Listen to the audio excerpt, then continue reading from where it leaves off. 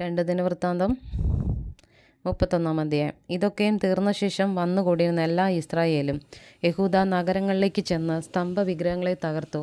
എല്ലാ യഹൂദയിലും ബെന്യാമീനിലും എഫ്രൈമിലും മനശ്ശെയിലുമുള്ള അശേര പ്രതിഷ്ഠകളെ വെട്ടി പൂജാഗിരികളെയും ബലിപീഠങ്ങളെയും ഇടിച്ച് നശിപ്പിച്ചു കളഞ്ഞു. പിന്നെ ഇസ്രായേൽ മക്കൾ എല്ലാവരും ഓരോരുത്തൻ താൻ്റെ പട്ടണത്തിലേക്കും അവകാശത്തിലേക്കും മടങ്ങിപ്പോയി.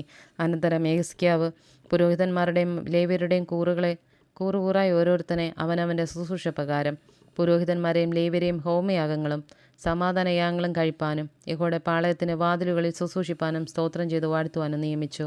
രാജാവ് ഹോമയാഗങ്ങൾക്കായിട്ട് യഹോവയുടെ ന്യായപ്രമാണത്തിൽ എഴുതിയിരിക്കുന്നത് പോലെ കാലത്തെയും വൈകുന്നേരത്തെയും ഹോമയാഗങ്ങൾക്കായിട്ടും ശബ്ബത്തുകളും അമാവാസികളും ഉത്സവങ്ങളുമുള്ള ഹോമയാഗങ്ങൾക്കായിട്ടും തന്നെ സ്വന്തം വകയിൽ നിന്നൊരു ഓഹരി നിശ്ചയിച്ചു.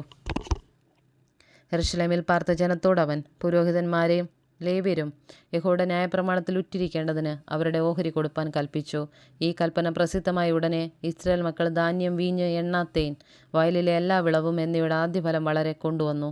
എല്ലാറ്റിൻ്റെയും ദശാംശവും അനവധി കൊണ്ടുവന്നു. യഹൂദ നഗരങ്ങളിൽ പാർത്ത ഇസ്രായേലരും യഹൂദരും കൂടെ കാളകളിലും ആടുകളിലും ദശാംശവും തങ്ങളുടെ ദൈവമായ യഹോവയ്ക്ക് നിവേദിച്ചിരുന്ന നിവേദിത വസ്തുക്കളിൽ ദശാംശം കൊണ്ടുവന്ന് കൂമ്പാരമായി കൂട്ടി. 3-ാം മാസത്തിൽ അവർ കൂമ്പാരം കൂട്ടിത്തുടങ്ങി 7-ാം മാസത്തിൽ തീർത്തു.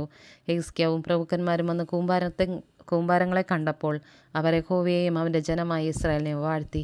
യെഹിസ്കീയാവ് കൂമ്പാരങ്ങളെക്കുറിച്ച് പുരോഹിതന്മാരോടും ലേവ്യരോടും ചോദിച്ചു. അതിന് സാദോക്കിൻ്റെ ഗൃഹത്തിൽ മഹാപുരോഹിതനായ അസര്യാവ് അവനോട്, ജനം ഈ വഴിപാടുകളെ യഹോവയുടെ ആലയത്തിലേക്ക് കൊണ്ടുവന്ന് തുടങ്ങിയതു മുതൽ ഞങ്ങൾ തിന്നു തൃപ്തരായി വളരെ ശേഷിപ്പിച്ചുമിരിക്കുന്നു. യഹോവ തൻ്റെ ജനത്തെ അനുഗ്രഹിച്ചിരിക്കുന്നു, ശേഷിച്ചതാകുന്നു ഈ വലിയ കൂമ്പാരം എന്നുത്തരം പറഞ്ഞു.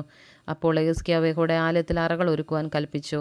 അങ്ങനെ അവർ ഒരുക്കിയ ശേഷം വഴിപാടുകളും ദശാംശങ്ങളും നിവേദിത വസ്തുക്കളും വിശ്വസ്തയോടെ അകത്തു കൊണ്ടുവന്നു. ലേവ്യനായ കൊനന്യാവ് അവയ്ക്ക് മേൽവിചാരകനും അവൻ്റെ അനുജൻ ശിമെയി രണ്ടാമനുമായിരുന്നു.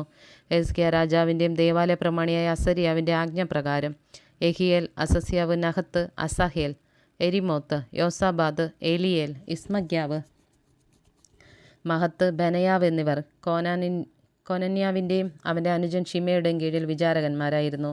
കിഴക്കേ വാതിൽ കാവൽക്കാരനായി ലേവ്യനായ യിമ്നയുടെ മകനായ കോരെ യഹോവയുടെ വഴിപാടുകളെയും അതിവിശുദ്ധ വസ്തുക്കളെയും വിഭാഗിച്ചു കൊടുപ്പാൻ ദൈവത്തിനുള്ള ഔദാര്യദാനങ്ങൾക്ക് മേൽവിചാരകനായിരുന്നു.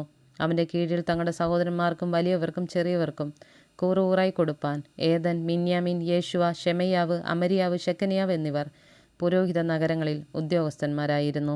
3 വയസ്സ് മുതൽ മേലോട്ട് വംശാവലിയിൽ ചാർത്തപ്പെട്ടിരുന്ന ആണുങ്ങളായി ഓരോ ദിവസത്തിൻ്റെ ആവശ്യം പോലെ കൂറുകൂറായി തങ്ങളുടെ തവണയ്ക്ക് ശുശ്രൂഷയ്ക്കായിട്ട് ആലയത്തിൽ വരുന്നവരെയും പുരോഹിതന്മാരുടെ വംശാവലിയിൽ പൃഥുഭവനമായി ചാർത്തപ്പെട്ടവരെയും 20 വയസ്സ് മുതൽ മേലോട്ട് കൂറുകൂറായി തങ്ങളുടെ തവണ മുറയ്ക്ക് ചാർത്തപ്പെട്ട ലേവ്യരെയും ഒഴിച്ചിരുന്നു.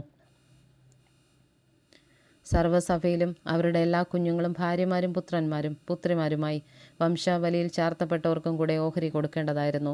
അവർ തങ്ങളുടെ ഉദ്യോഗങ്ങൾക്കൊത്തവണ്ണം തങ്ങളെ തന്നെ വിശുദ്ധിയിൽ വിശുദ്ധീകരിച്ചു പോന്നു.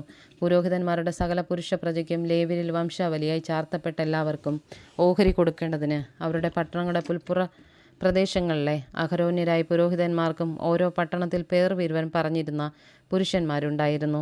യെഹിസ്കീയാവ് യഹൂദയിലൊക്കെയും ഇവ്വണ്ണം ചെയ്തു. തൻ്റെ ദൈവമായ യഹോവയുടെ ആ സന്നിധിയിൽ നന്മയും ന്യായവും സത്യവുമായുള്ളത് പ്രവർത്തിച്ചു.